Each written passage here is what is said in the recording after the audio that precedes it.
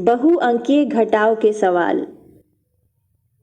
इस वीडियो में हम देखेंगे बहुअंकीय घटाव के सवालों को सही क्रम और सही विधि से हल करना सिखाना।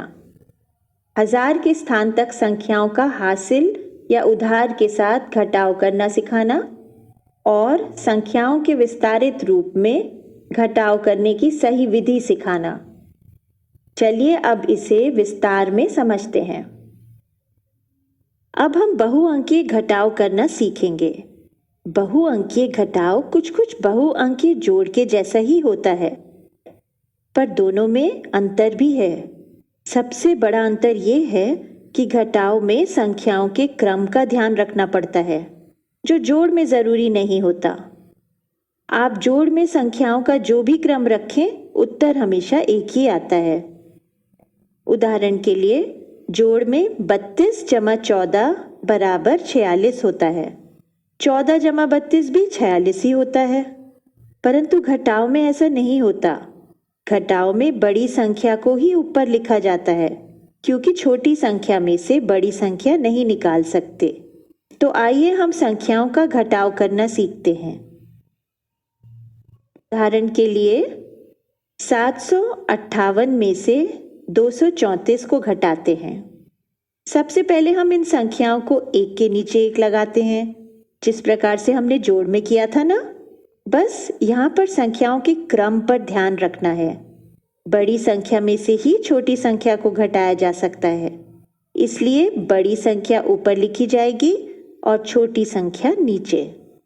यहाँ पर भी ध्यान रखें कि ये संख्याएं बिल्कुल एक लाइन में एक दूसरे के नीचे लिखी हों, यानी ऊपर वाली इकाई का अंक और नीचे वाली इकाई का अंक बिल्कुल एक दूसरे के नीचे हो।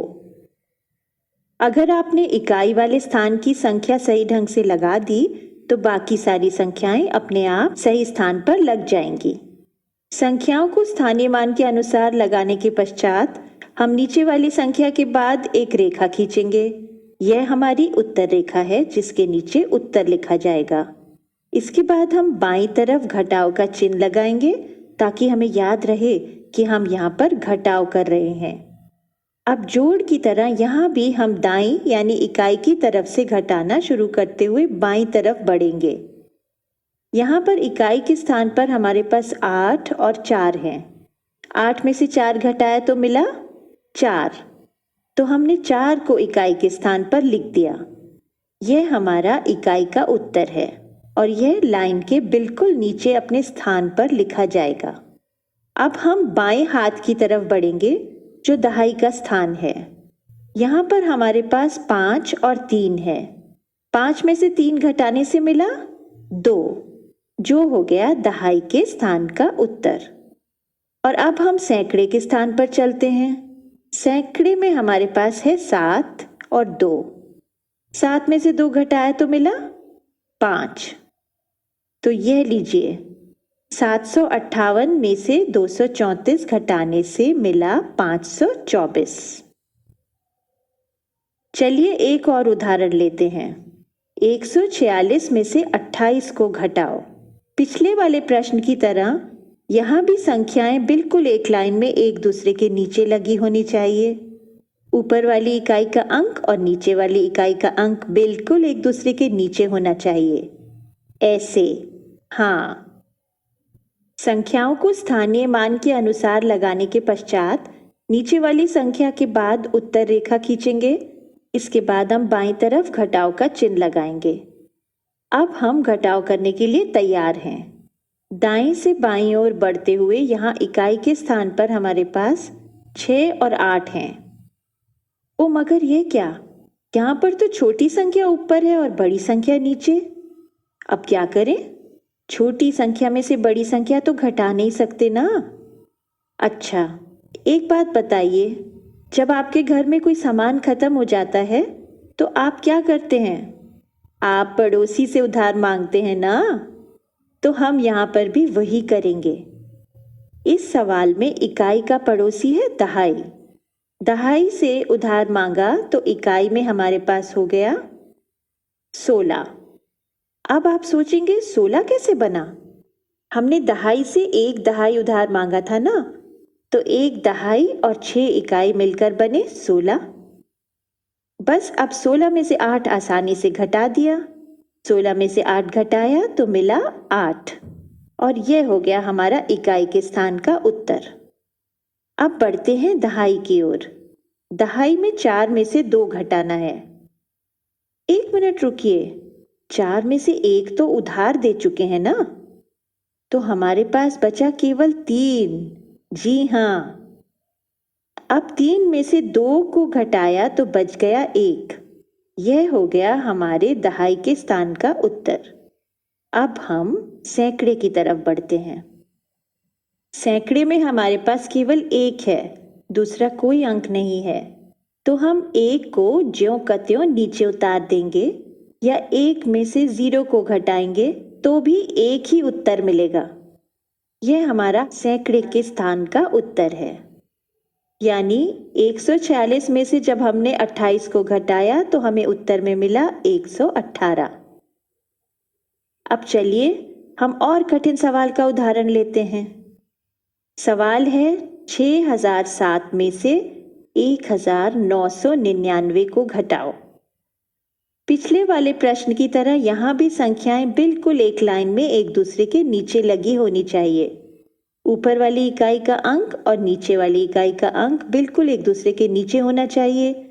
संख्याओं को स्थानीय मान के अनुसार लगाने के पश्चात उत्तर रेखा खींची होनी चाहिए। इसके बाद हम बाईं तरफ घटाव का चिन्ह लगाते हैं। अब हम घटाव करने के लिए तैयार हैं। दाएं से बाएं की ओर बढ़ते हुए यहाँ इकाई के स्थान पर हमारे पास 7 और 9 है।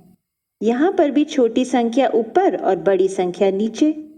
तो फिर अब क्या करें? हम पड़ोसी यानी बाईं तरफ वाले दहाई के अंक से उधार लेंगे, जैसे हमने पिछले प्रश्न में किया था ना। पर यह क्या, दहाई तो उधार दे ही नहीं सकता क्योंकि दहाई तो खुद 0 है। तो चलिए अब हम अगले पड़ोसी यानी सैकड़े को परेशान करते हैं और उससे उधार लेने की कोशिश करते हैं। परंतु सैकड़ा भी 0 है, वो भी उधार नहीं दे सकता। ये तो बड़ी परेशानी हो गई। क्या करें? अब हम 1000 से उधार मांगने की कोशिश करते हैं। 1000 के स्थान पर 6 है। हाँ, ये उधार दे सकता है। जब 1000 के स्थान पर जो 6 है उसमें से 1 उधार ले लिया तो वह रह गया 5 और सैकड़ा जो 0 था वो बन गया 10। तो अब हम वैसे तो सैकड़े वाली संख्या 9 को 10 में से घटा सकते हैं, परंतु हम ऐसा नहीं कर पाएंगे। क्यों? क्योंकि हमने दहाई वाली संख्या 0 को भी तो उधार देना है ना। तो अब हम सैकड़ा जो 10 बन गया है उसमें से 1 उधार दे देंगे। उधार देने के बाद वह रह जाएगा 9 और दहाई वाली संख्या अब बन जाएगी 10। परंतु दहाई से तो पहले ही इकाई ने उधार मांगा हुआ था। तो अब दहाई वाली संख्या जो 10 बन गई थी वह इकाई वाली संख्या को उधार देगी। जब दहाई वाले 10 में से 1 उधार दिया तो वह बन गया 9 और इकाई में 1 दहाई जुड़ने से 7 बन गया 17। अब हम संख्याओं को घटा सकते हैं क्योंकि बड़ी संख्या ऊपर है और छोटी संख्या नीचे। अब हम इकाई की तरफ से घटाना शुरू करेंगे, यानी 17 में से 9 को घटाया तो बच गया 8। यह इकाई के स्थान का उत्तर हो गया। अब बाईं ओर दहाई की तरफ बढ़ेंगे जहां है 9। जब 9 में से 9 को घटाया तो बचा 0। यह हमेशा याद रखना है कि संख्या को काटकर नई संख्या उसके ऊपर लिखी जाएगी। और इसी तरह से जब सैकड़े वाली संख्या जो अब 9 बन चुकी है उसमें से भी 9 को घटाया तो बच गया 0। अब हम बाईं यानी 1000 की तरफ बढ़ेंगे। 1000 के स्थान वाली संख्या यानी 5 में से जब 1 को घटाया तो बच गया 4। यह हमारा 1000 के स्थान का उत्तर है। यानी 6007 में से जब हमने 1999 को घटाया तो हमें उत्तर में मिला 4008। इस प्रकार के सवालों में अक्सर गलती हो जाती है। इसका प्रयास बार बार करवाना बहुत आवश्यक होता है। अच्छा, तो आपको याद है ना कि बड़ी संख्याओं का इस प्रकार से संक्षिप्त रूप में घटाव सिखाने से पूर्व ये अच्छा होता है कि बच्चों को पहले संख्याओं के विस्तारित रूप में घटाव करवाया जाए। तो हमने 6007 में से 1999 का घटाव करना है। 6007 का विस्तारित रूप है 6000 जमा 0 जमा 0 जमा 7 और 1999 का विस्तारित रूप है 1000 जमा 900 जमा 90 जमा 9। चलिए अब हम इन दोनों संख्याओं का विस्तारित रूप में घटाव करते हैं। ध्यान से देखिएगा, 6000 जमा 0 जमा 0 जमा 7 माइनस 1000 जमा 900 जमा 90 जमा 9। हल करते समय वैसे ही दाएं से बाएं घटाव करते चलेंगे। इकाई के स्थान पर है 7 और 9। यहाँ पर छोटी संख्या ऊपर और बड़ी संख्या नीचे है। 7 में से 9 को तो घटाया नहीं जा सकता है। हम यहाँ पड़ोसी यानी दहाई के अंक से उधार लेंगे। पर ये क्या, पड़ोसी तो 0 है। दहाई तो उधार दे ही नहीं सकता क्योंकि दहाई तो खुद 0 है ना। तो चलिए हम अगले पड़ोसी यानी सैकड़े के पास चलते हैं, परंतु सैकड़ा भी 0 है, वो भी उधार नहीं दे सकता। ये तो बड़ी परेशानी हो गई। अब हम क्या करें? हम 1000 से उधार मांगने की कोशिश करते हैं।